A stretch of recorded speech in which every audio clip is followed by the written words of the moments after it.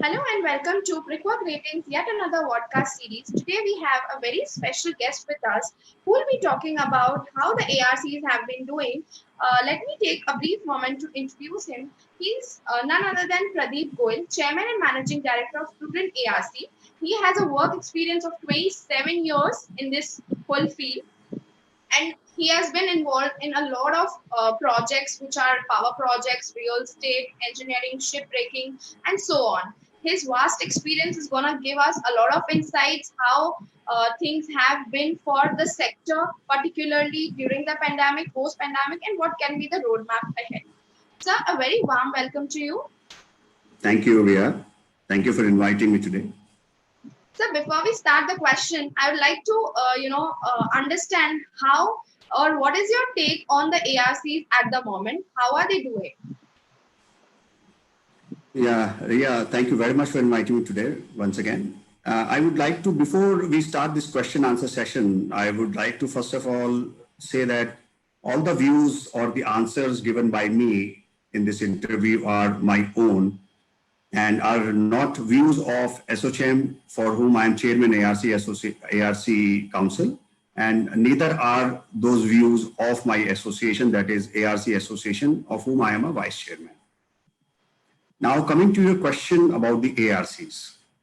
ARCs are a very important entity in today's world, for especially at the times when the world is passing a pandemic and India is not aloof. In fact, India at this point of time, as we speak, we are passing through a more rigorous second phase and the cases are rising every day.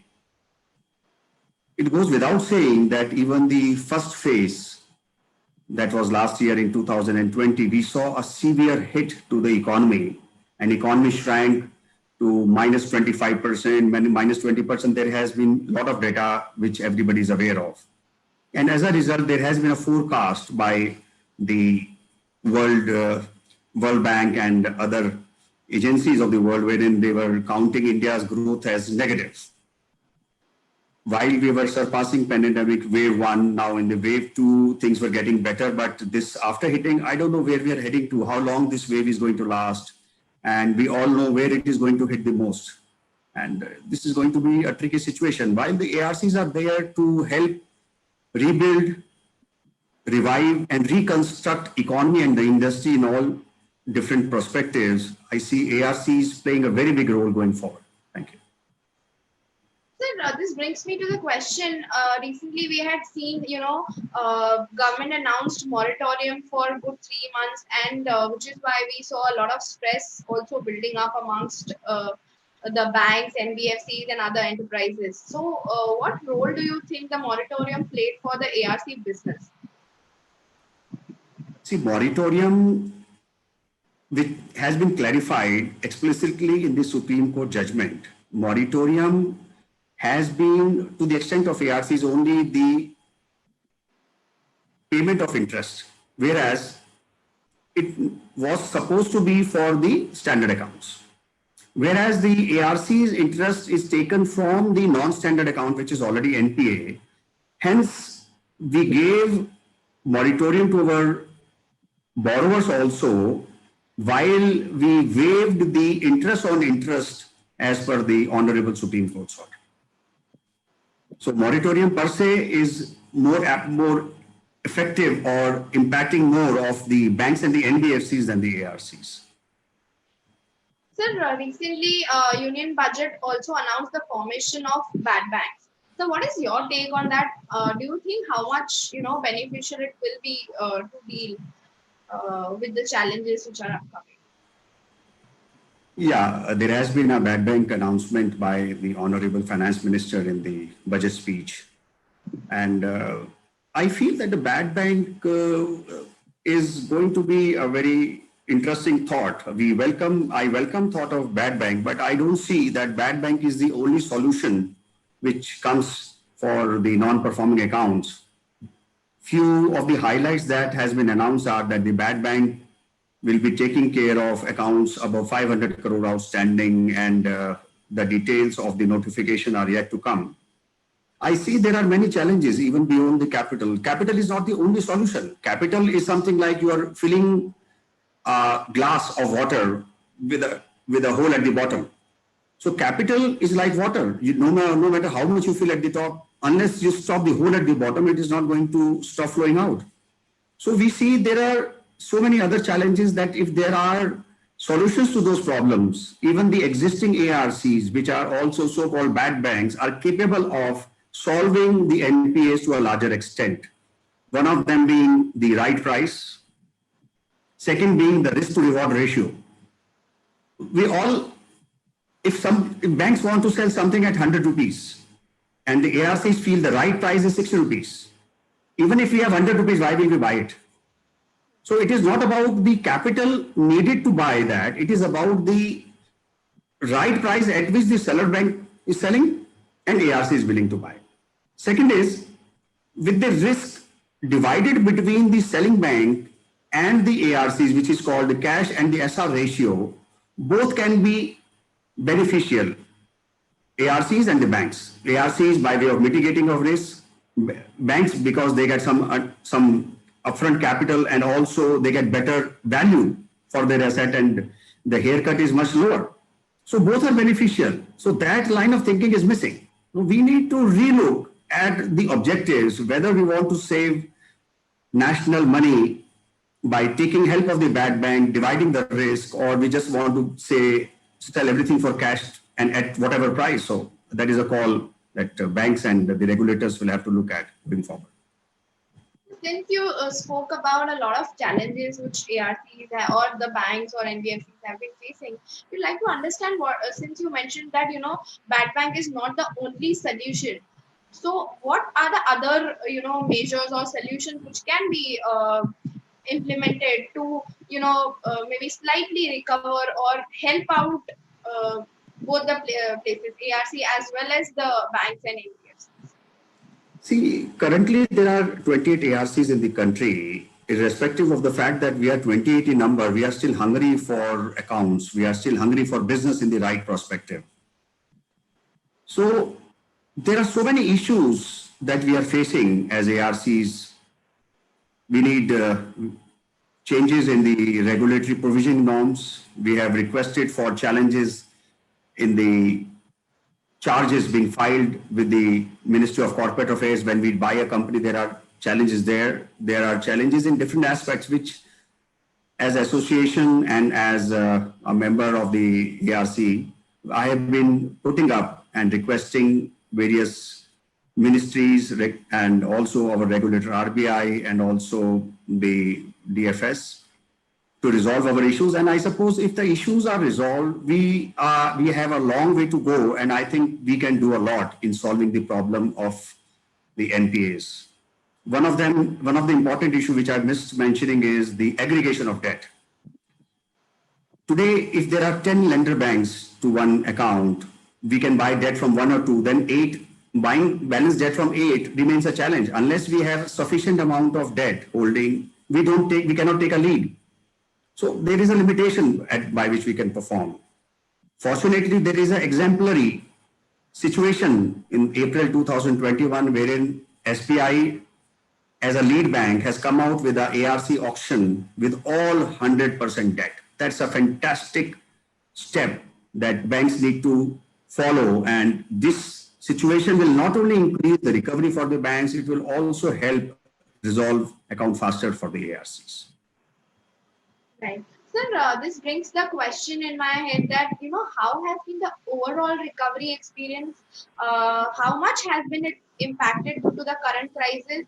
Since we had seen a slowing economy before the pandemic hit the, world, we were seeing a slowing economy and ARCs were already, trying to help out the stress in the system. So how do you see the overall recovery experience right now? There are two parts of your question, Ria. One part is that how ARCs have been performing. Second part of the question would be how ARCs have been performing during pandemic. We as an association are already preparing a data which will come out very soon and which will be sending out to the regulator and DFS. And you will see that ARC's performance is much better than banks would realize otherwise. Even before the pandemic, ARCs are experts. We are private organizations. And in the past, it has been seen that the private operators or the private companies' management, performance, and the results are much better than a public enterprise. So all I can say is that ARCs are the best bet today for the banks and for the banks to realize or maximize their NPAs so that they take minimum of hit, and for the government for revival, rehabilitation, and reconstruction of the Indian economy. Any specific measures that you would want the regulators or the government to be coming up with to encourage this recovery process and help the ARCs to do their job better? Any specific measures? I would say that the provisioning norms that has been announced by a regulator on 1st September 2016 would be relooked at, and recently there has been an announcement by RBI that they have started relooking at the regulations, and we would like that ARCs to participate in the ARC related regulation in the consultative process, so that things can be developed and discussed in the right perspective, looking at the issues from all different stakeholders, and everybody's issues are taken care and the best solution comes out. Just one solution from my side, I would not say is the right way. It has to be a consultative process, looking at everybody's problem, and then a solution in total should be arrived at. Perfect. So we spoke a lot about before pandemic, during pandemic, and other things. So what are the specific lessons that the ARCs would have learned from this pandemic, which can be avoided in the future? See, I would rather say that the lessons from pandemic is that nothing lasts forever. Even those sectors which we thought were the safest now are carrying high risk. So life is uncertain. So is any business, any environment, or any society.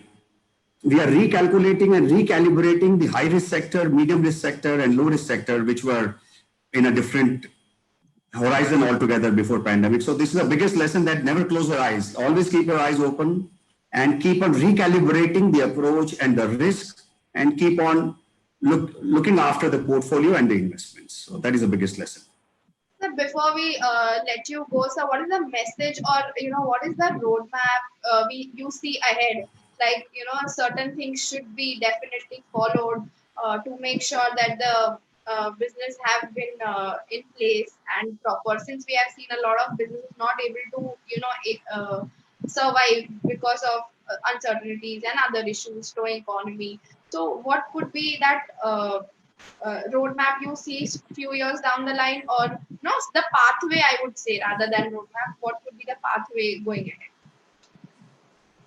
Yeah, my thought comes from a combination of my experience of 33 years, in which I've spent 28 years as a third generation industrialist entrepreneur, and now 5 years into the financial business. So my thought process comes out from a combination of banking, finance, entrepreneurship, being industrialist, and so on. A lot of owners, entrepreneurs, and industrialists, they miss out on the basics going forward when they're growing. They forget that they have to make a balance sheet on a monthly basis or a quarterly basis, and they have to monitor the results. They stop taking into account the debt equity ratio, which has to be maintained at a certain level. They cannot go beyond that level because of any turnaround or a bad situation like pandemic today. A high debt company cannot survive. There is a level at which debt can be sustained, beyond which it cannot be sustained. The risk, nobody calculates the risk or the downsides of any businesses. So going forward, anybody has to have organic growth in a calculated risk manner. It cannot be that the risk is unlimited.